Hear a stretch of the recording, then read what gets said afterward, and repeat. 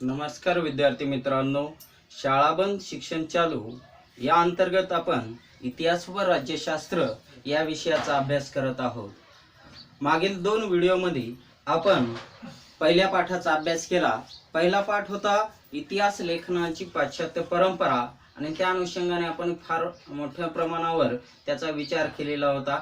आता आपल्याला जो आहे की इतिहासामधील असणारा दुसरा पाठ जो असणारा इतिहास लेखन भारतीय परंपरा या पाठाची ओळख करून घ्यायची की भारतीयांचा लेखन परंपरा कशा पद्धतीने झाली, भारताची इतिहास परंपरा कशा पद्धतीने समोर आली याचा विचार आपल्याला या करायचा आहे। यामध्ये या पाठामध्ये आपल्याला जर 2 मुद्द्यांच्या आधारे हा पाठ समजून घ्यायचा आहे, तो म्हणजे भारतीय इतिहास लेखनाची वाटचाल आणि जे असणारा 2.2 भारतीय इतिहास लेख विविध तात्विक प्रणाली यांच्या माध्यमातून हा आपल्याला समजून घ्यायचा आहे। पहिल्यांदा आपण भारतीय इतिहास लेखनाची वाटचाल काय आहे हे जाणून घेणार आहोत। मग यामध्ये इतिहास लेखनाची वाटचाल कशा पद्धतीने झाली ही बघत असताना आपल्याला मुळामध्ये ही 3 टप्प्यामधून समजून घ्यायची। ती म्हणजे प्राचीन काळातील इतिहास लेखन,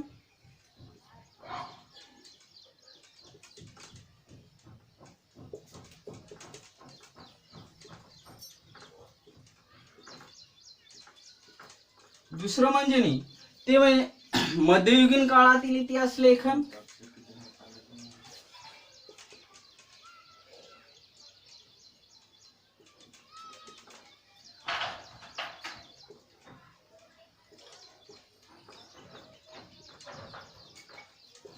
आणि तिसरं आधुनिक काळातील इतिहास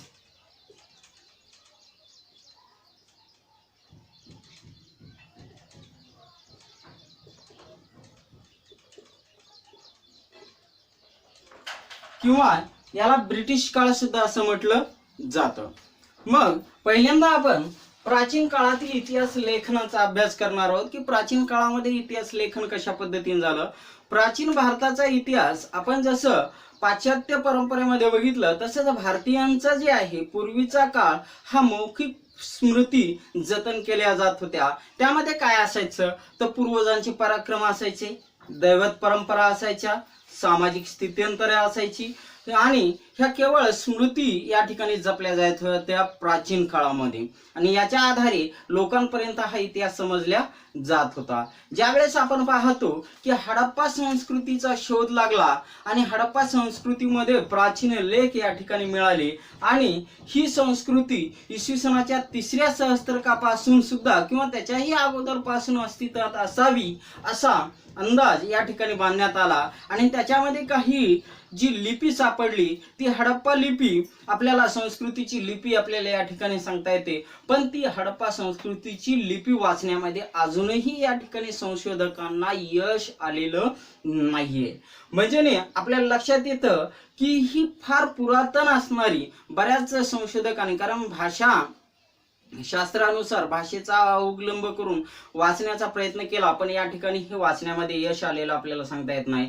मग पुढे चालून ऐतिहासिक स्वरूप या ठिकाणी सर्वाधिक साहित्य, लिखित साहित्य असेल, कोरीव लेख असतील, शिलालेख असतील, भौतिक साधन या ठिकाणी भरपूर प्रमाणामध्ये मिळू लागलं आणि मौर्य सम्राट अशोकाच्या काळामध्ये इसवी सनाच्या 3ऱ्या सहस्त्रकापासून शतकापासून अनेक कोरीव लेख हे प्रस्तरावर, दगडी स्तंभावर हे आपल्याला कोरलेले दिसून येतात। प्रस्तर म्हणजे खाली शिलालेखावर आडवे केलेले आणि स्तंभ हे उभ्या स्वरूपामध्ये, म्हणून त्याच्यामध्ये आपल्याला अशोक स्तंभाचं सुद्धा नाव घ्यावं लागतं। मग हे अशा अशोकाच्या काळामध्ये मौर्य सम्राटाच्या अनेक लेख आपल्याला या ठिकाणी सापडलेले दिसून येतात। काही जणांचं, काही संशोधकांचं असं मत आहे की पहिल्या शतकापासूनच या ठिकाणी अनेक अशा गोष्टी फार पूर्वीपासून जे असणारी धातूच्या मूर्ती, नाणी, शिल्प, ताम्रपट इत्यादींची माहिती किंवा असे कोरीव लेख उपलब्ध होऊ लागलेले होते आणि त्यामध्ये आपल्याला एका या ठिकाणी ज्या ताम्रपटाचा विचार करायचा आहे जी मिळालेला आहे, तो जो ताम्रपट या ठिकाणी ज्या ताम्रपटाचा विचार करायचा आहे जी मिळालेला आहे तो जो ताम्रपट मिळालेला आहे तो जर आपण पाहितला या ठिकाणी, तर या ठिकाणी आपल्याला दिसून येतं की सहोगडा ताम्रपट हा कुठे मिळाला बरं? या ठिकाणी जिल्हा गोरखपूर, उत्तर प्रदेश या ठिकाणी असणारा हा लेख आपल्याला सापडलेला दिसतो. मग राज्य उत्तर प्रदेश मध्ये हा सापडलेला सहोगडा ताम्रपट यावर असणारे जर आपण बारकाईने निरीक्षण केलं तर या ताम्रपटावर ब्राह्मी लिपीत लिहिलेलं असणारं या आपल्याला आढळून येतं. आणि हे सर्व चिन्ह यावर असणारं एक चिन्ह जर बघितलं तर पारासहित असलेला वृक्ष आहे. 4 खांबावर असणाऱ्या 3 कमानी आपल्याला दिसून येतात. आणि ह्या 3 कमानी नाण्यांवरही भरपूर प्रमाणामध्ये मिळालेला असल्यामुळे ही जी असणारी खांबावर उभी असलेली इमारती ह्या दुमजली इमारती प्रमाणे आपल्याला दिसतं. आणि यांचं अभ्यासकांचं मत असं आहे की हे कोठार घरामधील असणारं काय असावं, या ठिकाणी हे एक की धान्य कशा पद्धतीने जतन केलं जातं याचं द्योतक म्हणजे हे खऱ्या अर्थाने असणार एक आदेश असावा. आणि हे दुष्काळजन्य परिस्थितीमध्ये, त्या दुष्काळाच्या परिस्थितीमध्ये व्यक्तीने कसं राहावं, व्यक्तीने किती जपून निवारणासाठी काय करावं याचा आदेश असावा असं संशोधकांना वाटतं. मग हे सर्व साहित्य या ठिकाणी मिळतं. आणि मग ह्या साहित्यावर ताम्रपटाच्या माध्यमातून मिळालेले सर्व साहित्याच्या माध्यमातून, भौतिक साधनांच्या माध्यमातून आपल्याला काय मिळतं, तर काय साहित्य या ठिकाणी मिळतं. आणि मग ह्या साहित्यावर ताम्रपटाच्या माध्यमातून मिळालेले सर्व साहित्याच्या माध्यमातून, भौतिक साधनांच्या माध्यमातून आपल्याला काय मिळतं, तर काय ऐतिहासिक माहिती मिळते. तर आपल्याला या ऐतिहासिक माहिती कोणकोणती मिळते, तर यामध्ये कोरीव लेखामुळे राजाचा काळ मिळतो, वंशावळ कळते, राज्य विस्तार कळतो, तत्कालीन शासन व्यवस्था कळते, महत्वाच्या राजकीय घडामोडी कळतात, तत्कालीन सामाजिक रचना, हवामान रचना, त्यानंतर दुष्काळ यासारख्या सर्व गोष्टींची माहिती आपल्याला या ठिकाणी मिळत असते. मग हे झालं मिळालेल्या मौखिक साधनांचा, शिलालेखांचा आणि भौतिक साधनांचा अभ्यास. पण प्राचीन काळामध्ये एवढंच नाही तर प्राचीन लिखित साहित्य सुद्धा भरपूर प्रमाणामध्ये आपल्याला उपलब्ध झालेलं आहे. या प्राचीन साहित्यामध्ये आपण जर बघितलं तर रामायण, महाभारत ही भारतीय परंपरेतली महाकाव्ये, त्यानंतर पुराणे, आपल्याला माहिती आहे की 18 पुराणे या ठिकाणी आहेत. जैन ग्रंथ आहेत ते सुद्धा अर्धमागधी भाषेमध्ये उपलब्ध आहेत. त्यानंतर बौद्ध धर्मग्रंथ ज्यांचा आपण त्रिपिटके असा उल्लेख करतो, ती त्रिपिटके, या धर्मग्रंथाखेरीज सुद्धा काही ग्रंथकारांनी काय केलेलं आहे, अनेक लेख साहित्य लिहिलेलं आहे. त्यासोबतच भारतामध्ये इतर देशातून आलेले काही परकीय प्रवासी होते, त्या परकीय प्रवाशांनी लिहिलेली प्रवास वर्णने या ठिकाणी आपल्याला सांगता येतात. मग प्राचीन काळामध्ये एक ग्रंथ जो मिळालेला आहे ती राजांची चरित्र, राजघरांचं सांगणारं लेखन भारतीय इतिहास लेखनामध्ये महत्वाचं मानलं जातं. मग असंच 7व्या शतकामध्ये बाणभट्ट या कवीनं लिहिलेलं हर्षचरित्र हे ग्रंथ संस्कृत काव्य या ठिकाणी आपल्याला महत्वाचा चरित्र ग्रंथ म्हणून सांगता येतो. याच्यामधून सुद्धा आर्थिक, राजकीय, धार्मिक आणि सांस्कृतिक जीवनाचं वास्तववादी चित्रण बाणभट्ट यांनी केलेलं दिसून येतं.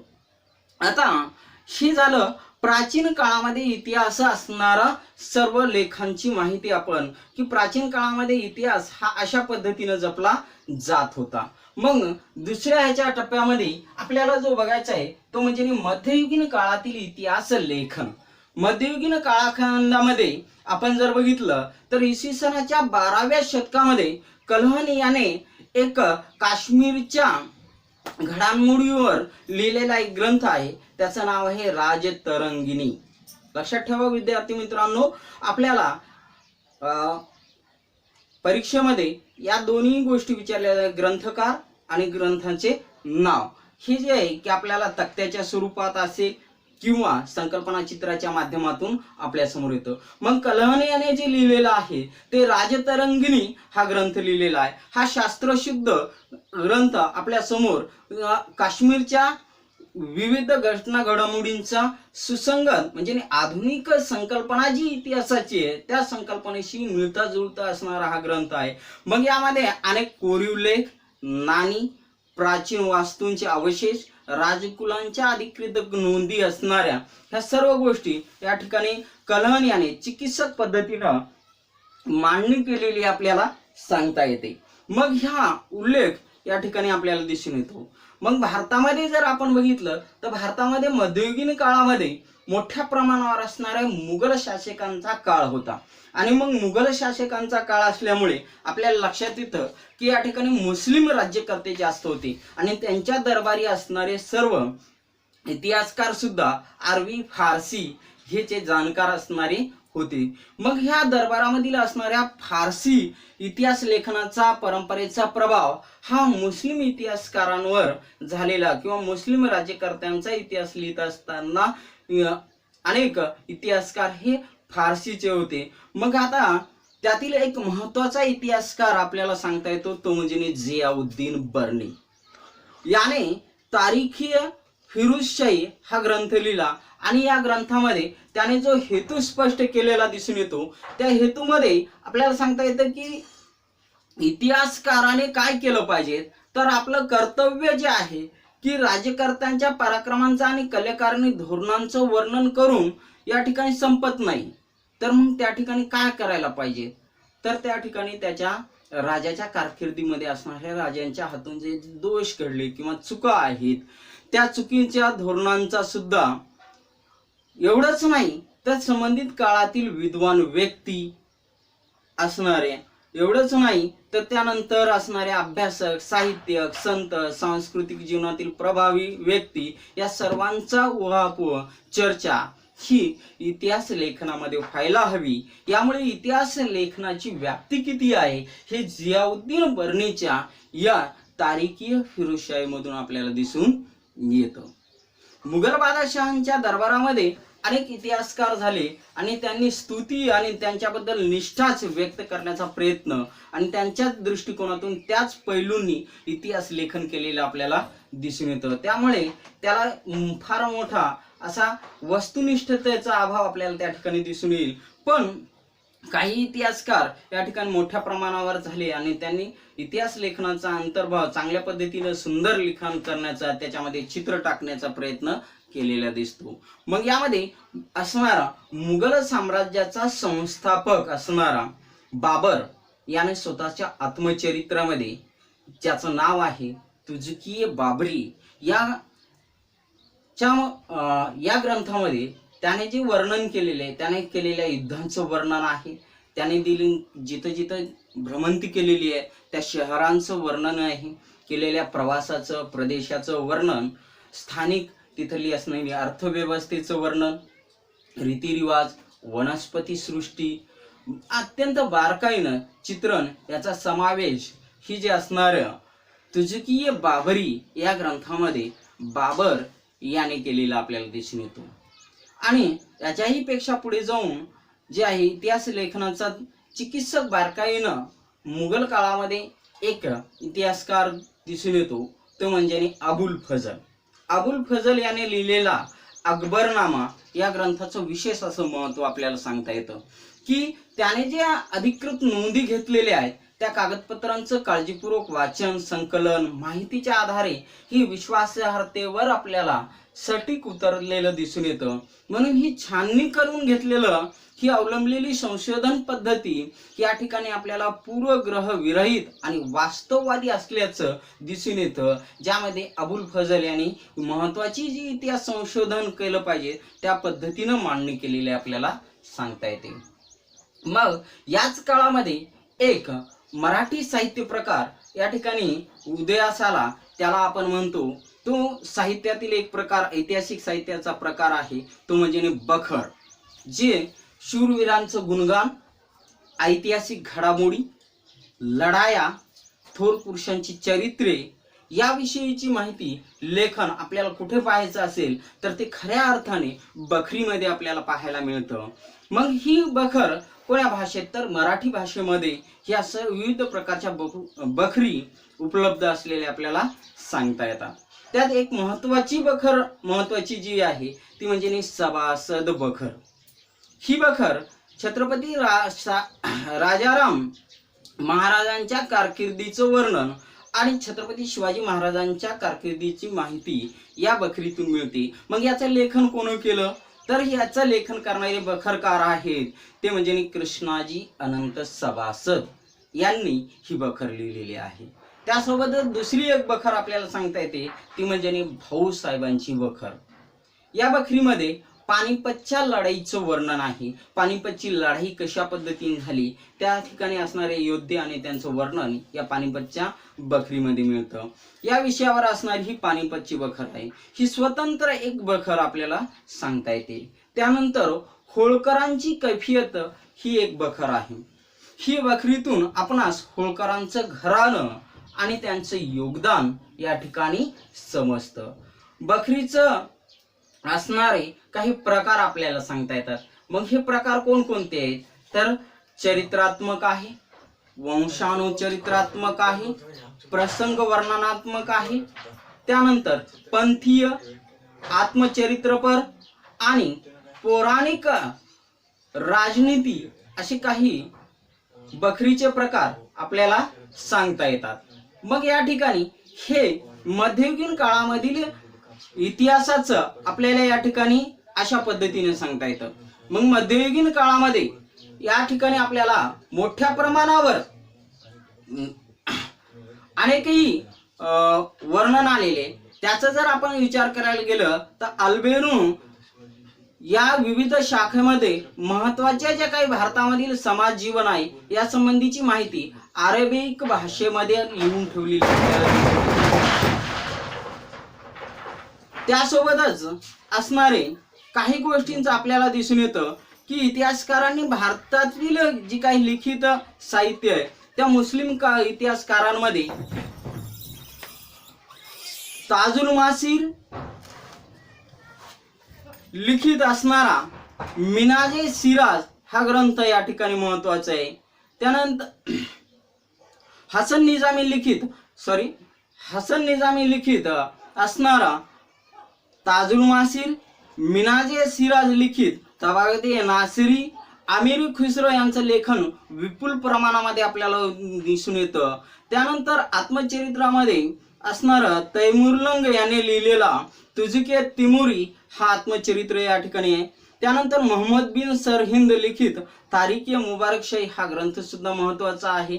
यामधून जे असणाऱ्या मध्ययुगीन कालखंडाचा महत्वाची माहिती आपल्याला मिळते. मग यासोबतच काही परदेशी प्रवासी सुद्धा या ठिकाणी भारतामध्ये आलेले होते. मग यामध्ये Ibn Battuta, Abdul Razzaq, Marco Polo, Niccolo Conti, Barbosa, Domingo Paes हे सर्व या ठिकाणी असणारे बरेच प्रवासी भारतामध्ये ऐतिहासिक माहिती मध्ययुगीन काळाची आपल्याला सांगता येते. मग त्याच काळामधील असणारे औरंगजेबाच्या काळामध्ये काही इतिहासकार झाले ज्यांनी लेखन केलं. त्यामध्ये ईश्वरदास नागर असतील, भीमसेन सक्सेना असतील, काफी खान असतील, निकोलाय मनुची हे सुद्धा मुघल काळातील इतिहासकार आपल्याला सांगता येतात जे औरंगजेबाच्या काळामध्ये होते. मग अशा ह्याच्या सर्व साहित्यावरून आपल्याला मध्ययुगीन कालखंडाचा इतिहास आपल्या समोर येतो. आता तिसरं जे आहे आधुनिक काळातील इतिहास लेखन किंवा यालाच आपण ब्रिटिश इतिहास काळ सुद्धा म्हणू शकतो.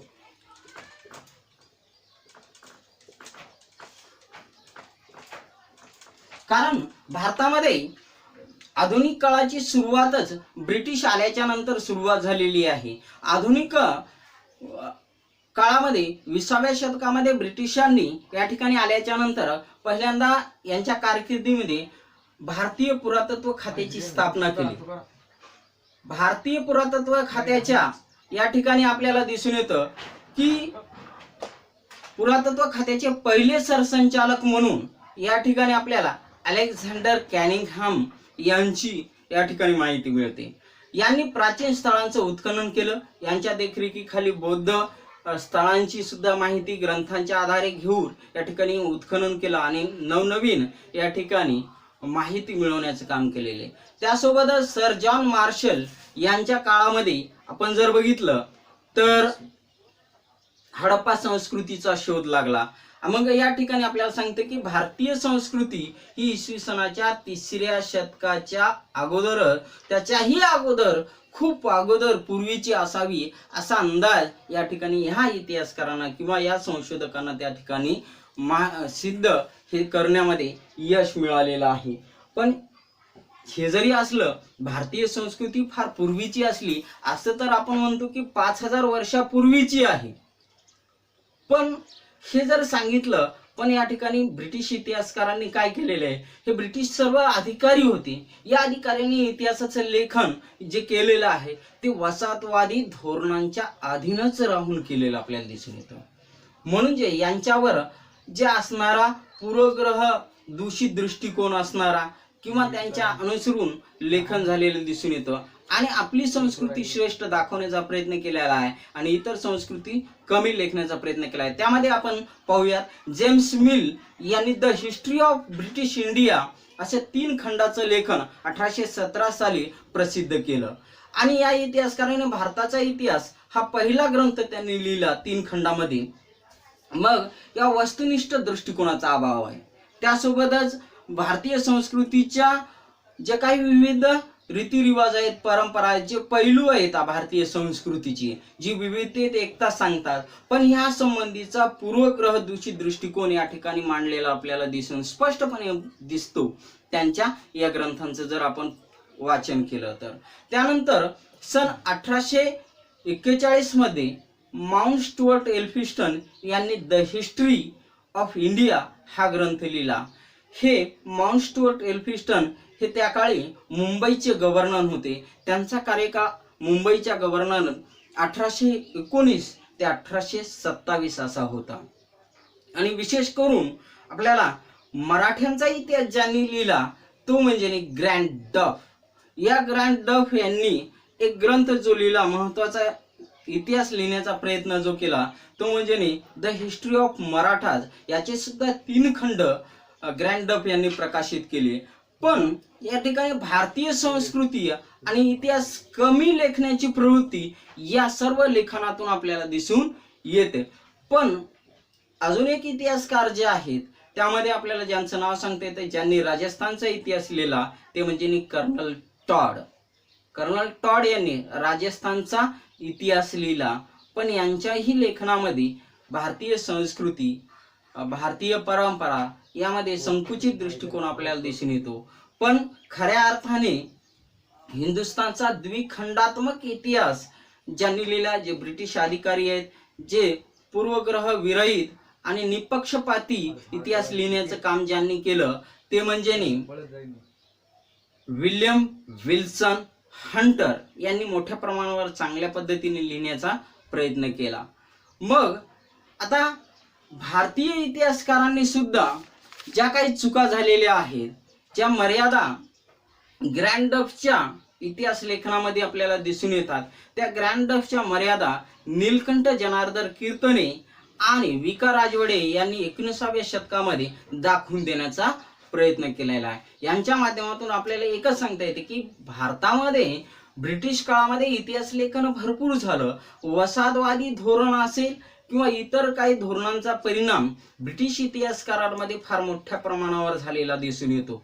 म्हणून जे की भारताचा इतिहास आपल्याला समजून घेण्यासाठी अजूनही वाव या ठिकाणी अजून संशोधन करण्याची गरज आहे। म्हणून आतापर्यंत आपण 3 मुद्द्यांचा अभ्यास केला, त्यामध्ये प्राचीन काळातील इतिहास लेखन, मध्ययुगीन काळातील इतिहास लेखन आणि आधुनिक काळातील इतिहास लेखन, आणि याच अनुषंगाने ब्रिटिश काळ सुद्धा त्या अंतर्गत येतो। म्हणून ह्या इतिहासाचा अभ्यास केलेला आहे। आपण पुढच्या भागामध्ये असणार भारतीय इतिहास लेख आणि विविध तात्विक प्रणाली यांचा अभ्यास करणार आहोत। या ठिकाणी ज्या काही गोष्टी आपण पाहत आहोत त्याचा अभ्यास हे आपण पुस्तक वाचून या ठिकाणी करणं गरजेचं आहे। या ठिकाणी मी थांबतो आणि आपल्याला की माझा व्हिडिओ कसा वाटलेला आहे, त्यानंतर त्याची बद्दल असणाऱ्या काही सूचना असतील तर ते आपण निश्चितच माझ्या व्हिडिओच्या नंतर आपण हे शेअरही करू शकता आणि नंतर सूचना कमेंटमध्ये टाकू शकता। धन्यवाद।